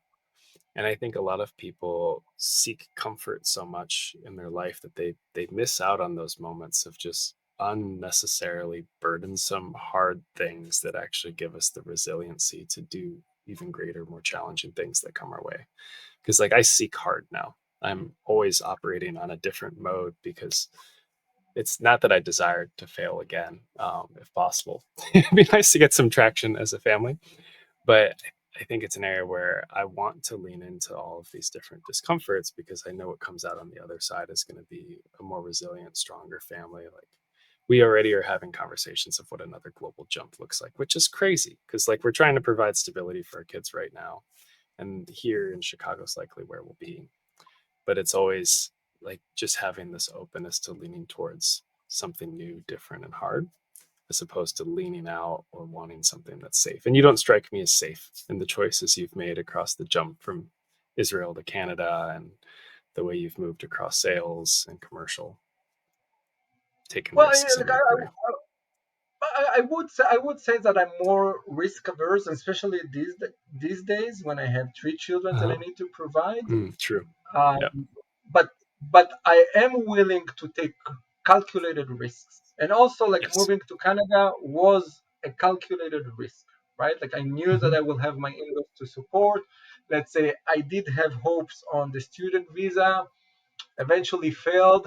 but I also always bet on myself and my ability, like to, Hmm. to fall like on my feet, and my ability to move forward. Luckily, so far, I, I managed to do well. Now, to your point, even though, let's say, hitting zero and everything that you've been through, obviously it didn't impact your mentality, right? So, like, there is a difference between, let's say, falling a few times and keep coming up, than like falling a few times and, you know what, maybe it's better for me not to take like the next opportunity, because the risk may be too high. So, as Denzel Washington said, ease is a greater threat to progress than hardship. Uh, and we don't Awesome. take and we don't take like the easy way. Uh, we would prefer it to be easy, but many times the things that you go through, they're not easy. So, hey, friend, it is the pretentious engineer from even farther in the future. And I have six, this is how they count in Japanese, six easy next steps you could take. I'm sharing them early, even though we haven't heard Harel's last big brain idea. He actually has five that we'll review after he shares them.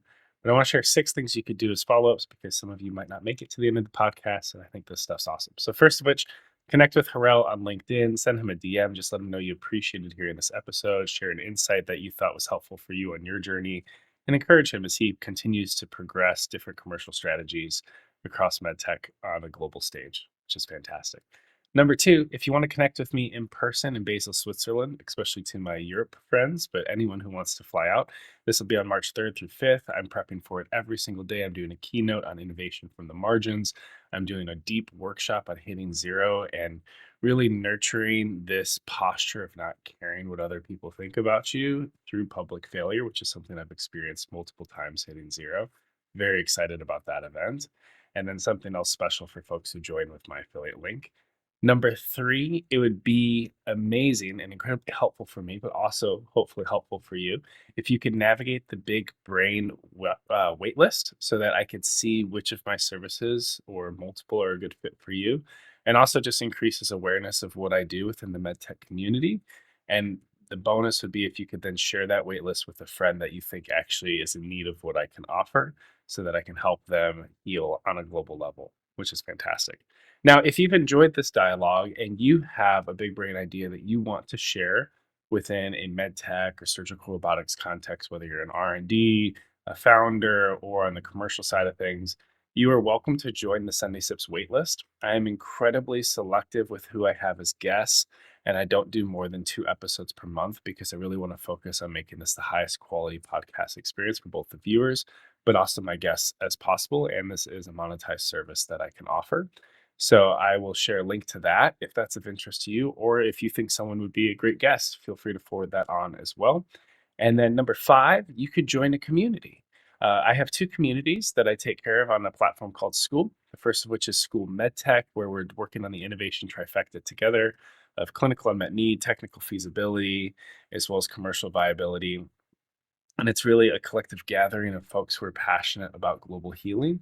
And eventually, I have courses and other content in there.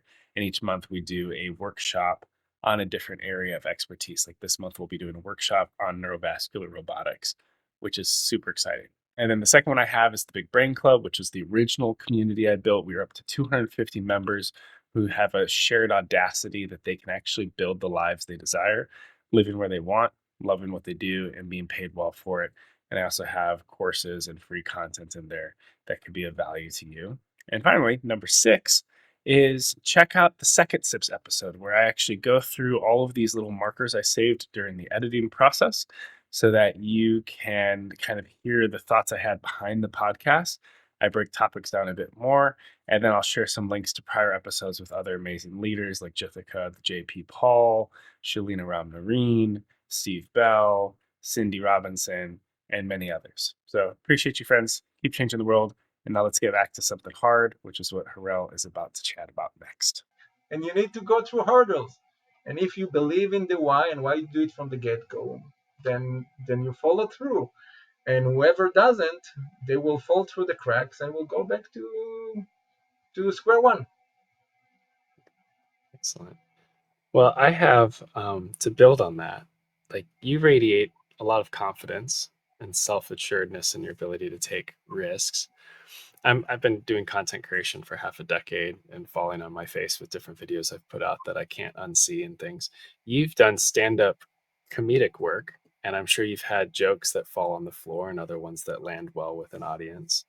How have you kind of fallen into self-trust through getting on stage and entertaining and working that craft? And how do you bring that back into your career and the way that you lead?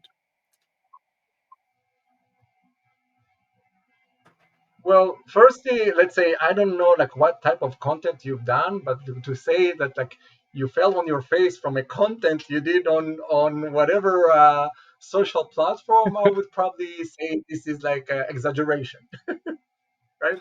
You haven't And seen and, my early stuff. and it's also important to understand that like usually, let's say we do something and we think it's terrible, but nobody really cares, right? Like we see ourselves Mhm. in the middle, like, but we're not the center of the world, and probably whatever content we put on social, maybe if you saw like those like defects that allegedly you saw, nobody really cares. Now, when it comes to me, I was always funny, right? Like even when I was like in my second grade, I remember having like 10 minutes during like social studies that I like just like made my class laugh. And I was like in reserves duty. When was that? Maybe 2010, 2011. And I was sitting in front of my friends and telling them story from my life, right? Like my dating life, and everything was always like with a sense of humor. And then one of my friends from a different crew came over to me and told me that he's a stand-up comedian. He wants me to come with him to like the Camel Comedy Club. And I said, well, like I'm not a stage funny. I'm a friends funny. So like I rather Mhm. like to keep it in my circle. Yeah. And a couple of days after, like I got a call from one of my best friends, and he told me, listen, like I've seen him on stage, and like if he's like 6 or 7, you're 9. Like you better go. And I said, all right. And I started like writing material. Like I remember I had like 5 minutes written material, and I called that friend back then, and I told him I have like 5 minutes ready. And he said, all right, so come to like an open stage, open mic in Tel Aviv. I went to these like 5 minutes, and I can tell you those 5 minutes on stage were probably like my happiest 5 minutes of my life.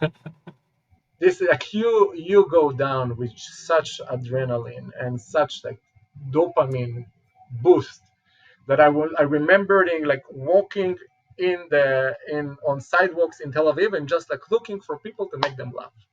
Mhm.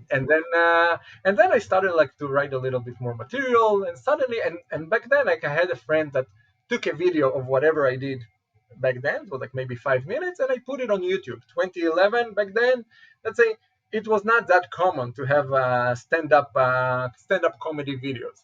And I think 2 weeks after, I get a call from a school saying, "Well, like we're looking for a stand-up comedian, and we saw your act, and we think it's nice, and we would like you to come and perform.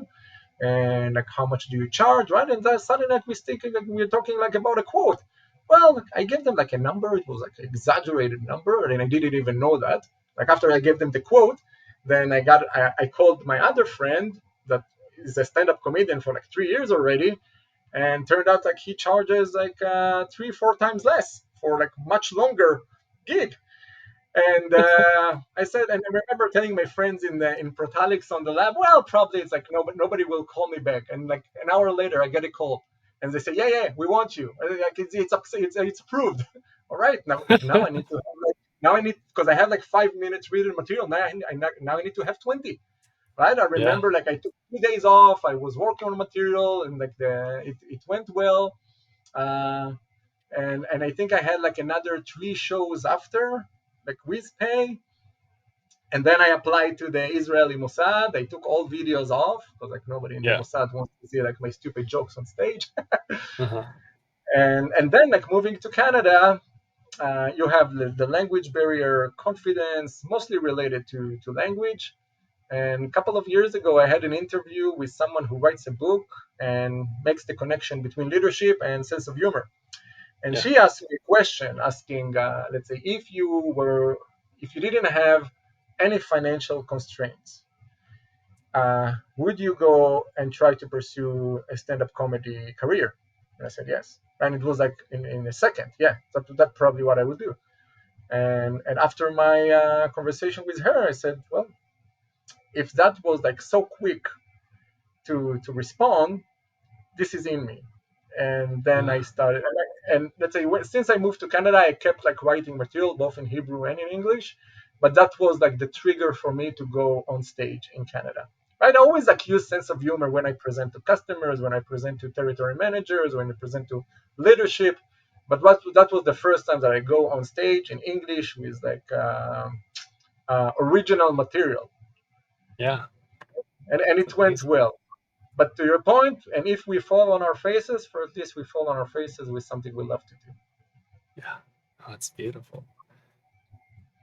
I'm just reflecting on all the different notes we hit. This is really a beautiful conversation, Harel. It's so fun to share this much space with you and just kind of like peel the onion of all the different layers of your life and everything that touches.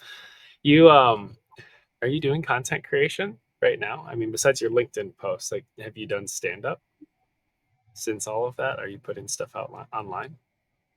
No, no, I don't put stuff online. Let's say, firstly, I don't have social media except LinkedIn, right? I don't Okay. have Facebook, I don't have Instagram, I don't have all of those. So like I did post some of my stand-up comedy stuff on LinkedIn when I had the shows. Like I gave the snips of it, but not to a level to promote myself. It was just more just like to um, sort of just to show the world what I'm capable of doing. Right? It's not just like Yeah. the medical device marketing leader and the athlete and the chess player.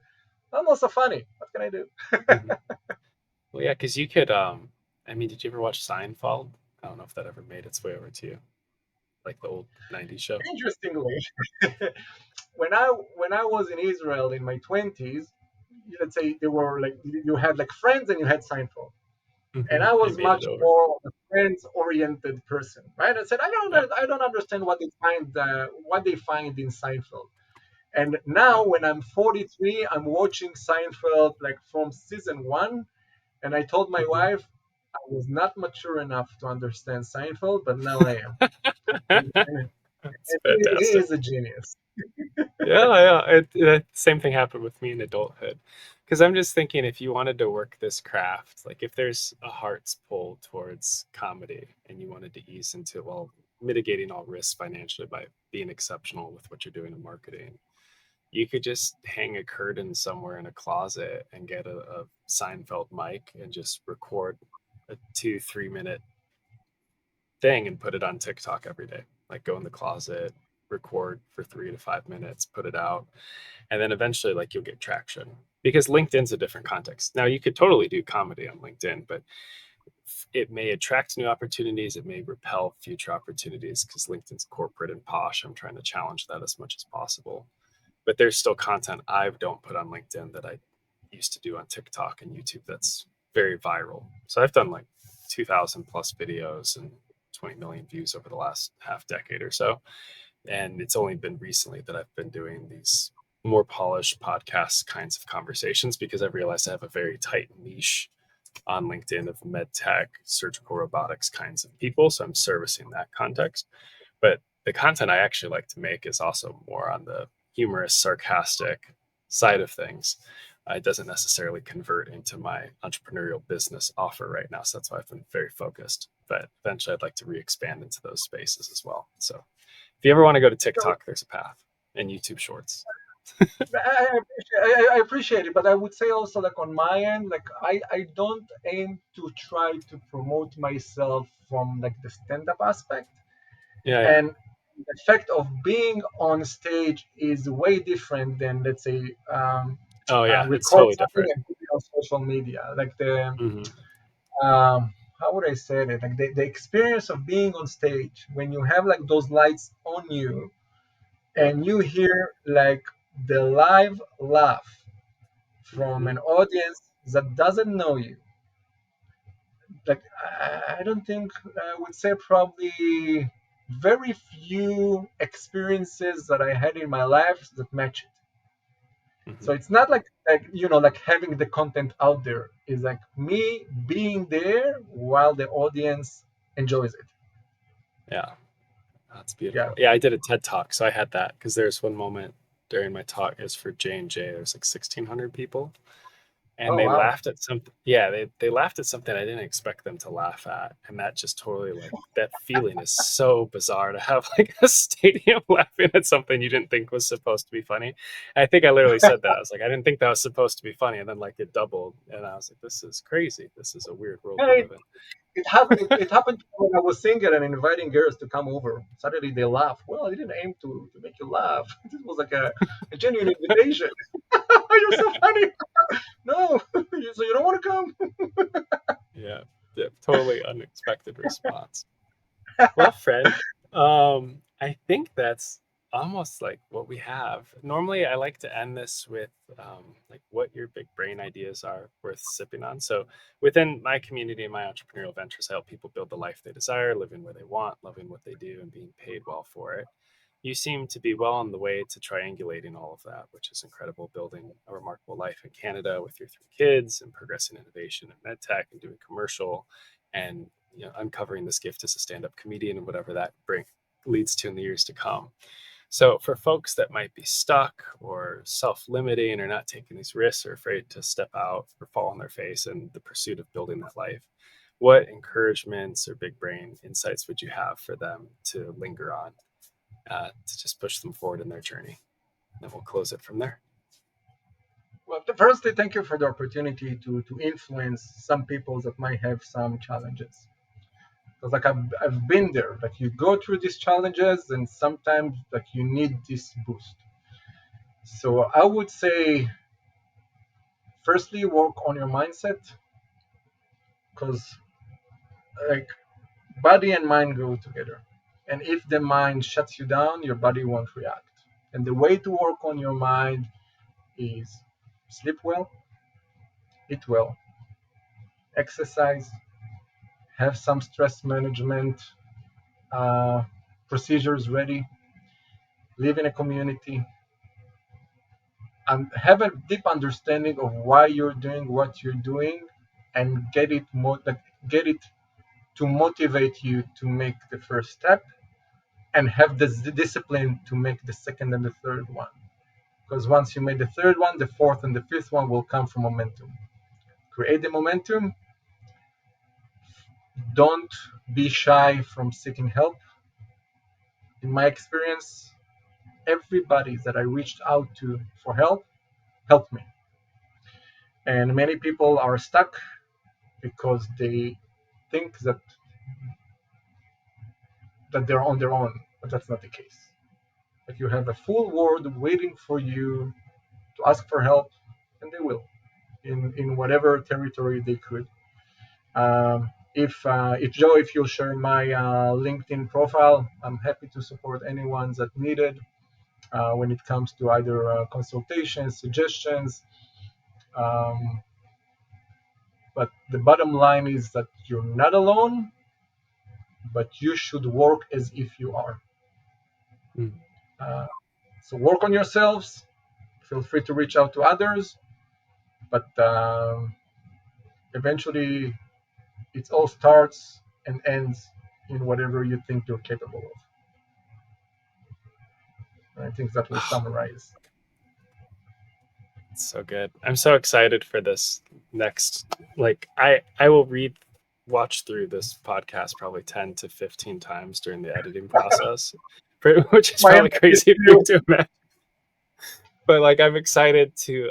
It's always like this gem when I get to the last 10 minutes of each of these episodes, because I get to really soak in kind of that synthesized thought at the end of it. So thank you so much, Harel, for this discussion. And I hope it's deeply impactful to folks that get to experience it. I'll definitely connect people to your LinkedIn as well. And excited to see what you build towards next in the years to come. Thanks, friend. Yeah. Thank you so much, Joe. And I look forward to our next chat.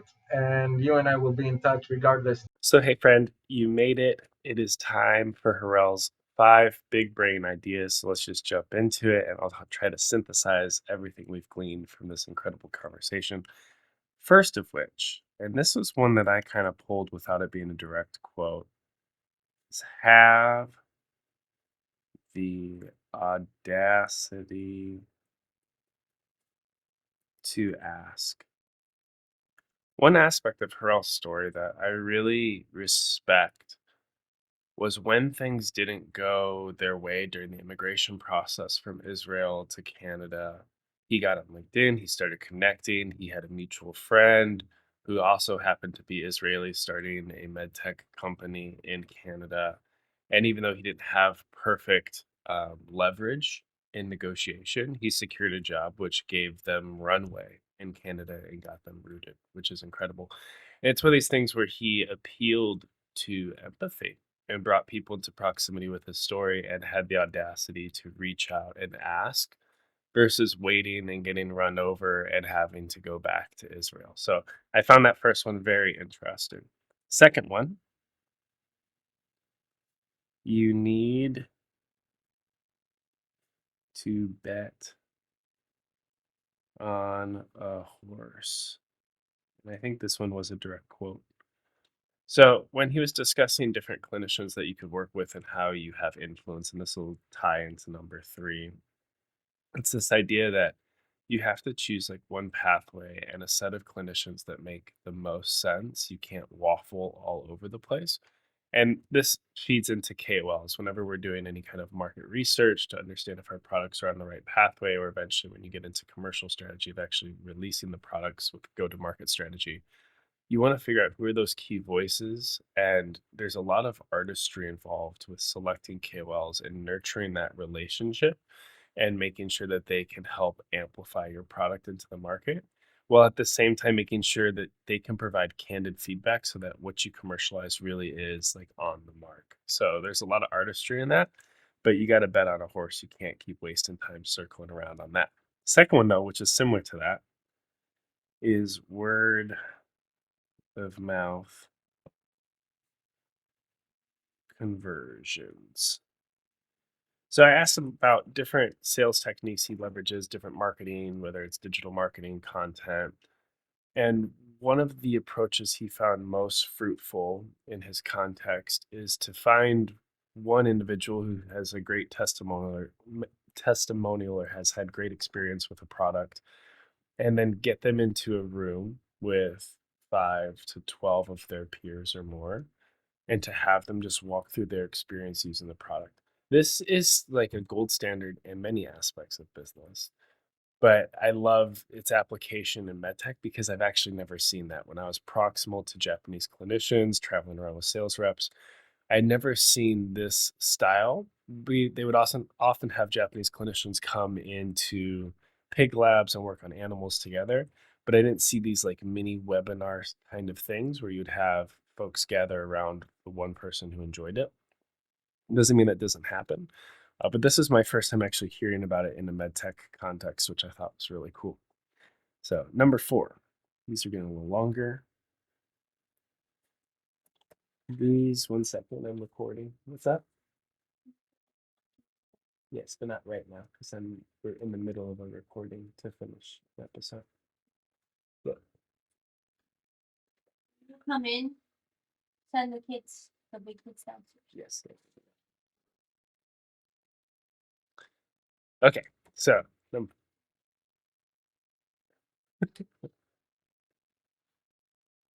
hi, love.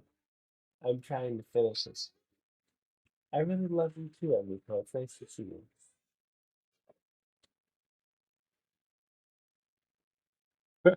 Okay. All right, I think we can finish this. Number 4. Um, these 3 years shape you in a way where, hi, buddy, no one can break you. Now, this is a banger line, and it was really him. Yeah, I know you're thirsty. it was him sharing his experience in the military and how they kind of broke everyone down to the same level and then built them up from there. And then for me, my experience is hitting zero in Japan and the failure and kind of in both states, like immersing in things that are very challenging and hard. And it's difficult to seek those opportunities. Like it's a weird muscle to train because it's counterintuitive. Like we don't seek pain. We try to self-preserve by avoiding it. But there are certain seasons on the order of years sometimes that are incredibly difficult, but they refine us so that we're in a different league than other folks. And I could say that in full humility. Like I just know I'm radically different than when I lived in a cush corporate comfy job. Going out, venturing, starting my own business, failing, relocating, navigating trauma and financial fallout, rebuilding, continuing to bet on myself and seeing financial traction. Like those experiences of adversity make any role in a corporate company or startup like nothing scary to me. And he has the same attitude coming from his military experiences. So if you feel like you don't have this nothing can break you in your life, find something incredibly challenging to do, something difficult. Train for a half marathon, go out and run in the rain. I have a program if you need help with that. It's in the Big Brain Club. Like, get moving and do something tough. Okay, so that's number 4. And the last one, this is his big brain idea, his closer, which I loved, is you're not alone, but you should work as if you are. This is such a profound sentence. It is a guiding North Star for me, and at least how I've approached entrepreneurship over the last couple months, because there are so many people around me, so many allies, so many people rooting for me. I'm closing deals because of affinity and connection I've made. At the same time, I don't yet have a team. I'm onboarding a team right now. I don't have people that I can delegate the hardest problems to. Like, I have to work as if I'm alone. And that means I'm working third shift during peak season around the holidays. I was working 60 hours a week, including commute, then doing full time stay at home dad life from like 1 o'clock when I got home all the way until 7. And then the gaps entrepreneurship. Like the hustle is unfortunate and real. But at the same time, like knowing that I'm not alone in the journey, that people are alongside me in it and that has been offered at different points, like holding that intention is really powerful. So anyway, thank you so much for joining this conversation with Harel. It's a privilege to raise his story up to you. I got more stories coming. I got a guest I'm interviewing on Monday, which is a secret. And I have an episode with Santosh Iyer, who's a leading voice in AI and physical AI with robotics. That should be coming out soon. So make sure you subscribe and all that wonderful stuff. Share this with a friend. And that's all I got. So enjoy a roll of little highlights from other episodes of Sunday Sips and keep changing the world. You can sip on that. Well, thank you. I'm completely humbled, and I'm pleased to be here. And I support people who deserve supporting, and I think you deserve supporting. And you work hard, and that is one of the tenets that I've had for my entire career, which is work with people who want to really put the work in. So I appreciate what you do. That's so beautiful. Thank you for the time and all the wisdom and just your joy and passion for these patients that you're advocating for. I'm really excited to see where Vessel moves next in the years to come. I'll be following you on LinkedIn naturally. And just again, I commend you for all the work you've done for the last years to actually see this close to market. And I trust that it's going to be a massive success and help a lot of people. So appreciate you. Thank you so much, Joe. Thank you so much for your time and for having me on. It was a really amazing experience. So super glad to be here and thank you very much. Humbled and touche, by the way. Like, I love everything you said about me, but I think it is me who is watching you in awe of everything you have built, that you are creating, the spaces that you're creating, how you're amplifying unique voices that are not in the spaces you have been in professionally. It's been a joy to watch. When I talk about you to my friends and peers, it's like, you know what Joe did today? You know what video? You know what content? You know what he dared to share and talk about? So I talk about you in a very loving, nurturing, almost motherly way because I'm so proud to see what you're creating and building. So it's My my joy. gosh, it's so humbling. Thank you, Joe. And I just have to just speak about you again for a second before we end this, which is just Yeah. I'm just so impressed by your humility. I'm just so impressed by your ability to put your ego aside and listen and learn and really process what someone's saying to you. I think that's like a really rare gift. I'm so impressed by your intentionality, your thoughtfulness, and just your listening. You just have a listening for people that I think is so beautiful. And it's an honor to know you. You push me, you challenge me. I'm afraid of it.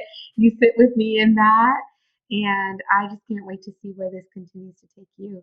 For sure. Thank you so much for having me, and I'm humbled really like to that our path crossed in the last couple of months. You bring um, very positive and growth mindset to this industry with everything that you've been through. Let's say probably like 90% of the population would be just knocked down, and you just like keep coming. So you continue what you do, and obviously you do it well. So thank you for everything you do for our community and for the world.